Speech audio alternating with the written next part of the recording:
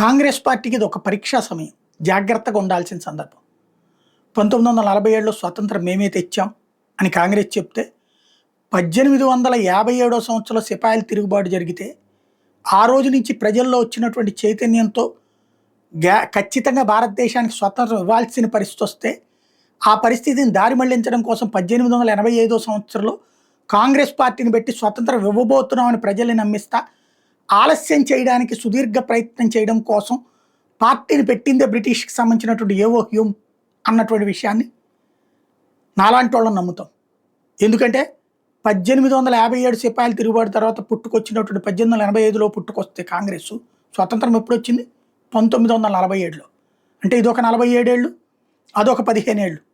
అంటే 63 ఏళ్ల పాటు స్వతంత్రం రాకుండా బ్రిటిష్ వాళ్ళతో కలిసి పనిచేసింది కాంగ్రెస్ పార్టీ.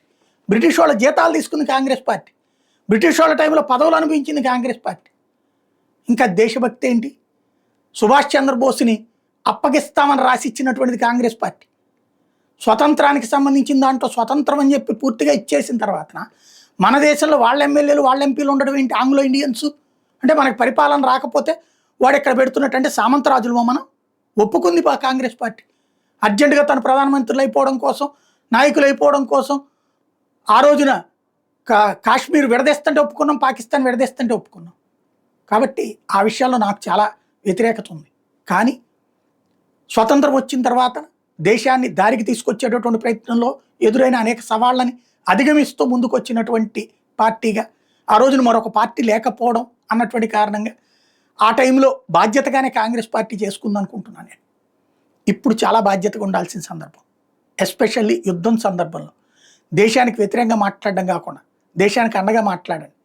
దేశం పట్ల బాధ్యతగా ఉండండి. శత్రు దేశం గురించి ప్రపంచ దేశాల ముందు నెగిటివ్గానే చెప్పండి. భారతదేశం గురించి గొప్పగానే చెప్పండి. చెప్పడం చేత కాకపోతే గమ్మున ఉండండి. కానీ దేశ వ్యతిరేకంగా మాట్లాడద్దు. ప్రజలు అబ్జర్వ్ చేస్తున్నారు. ఇది పాత రోజుల్లో మన పత్రికలు, మన టీవీలు, మన రేడియోలు మన ఇష్టం వచ్చినట్టు మనం మాట్లాడుకుని మనం చెప్పేటటువంటి నేరేటివ్ కాదు. Media, social media, activeness, public debate చేసుకునేటువంటి శక్తి ఉన్న రోజులు. Be careful.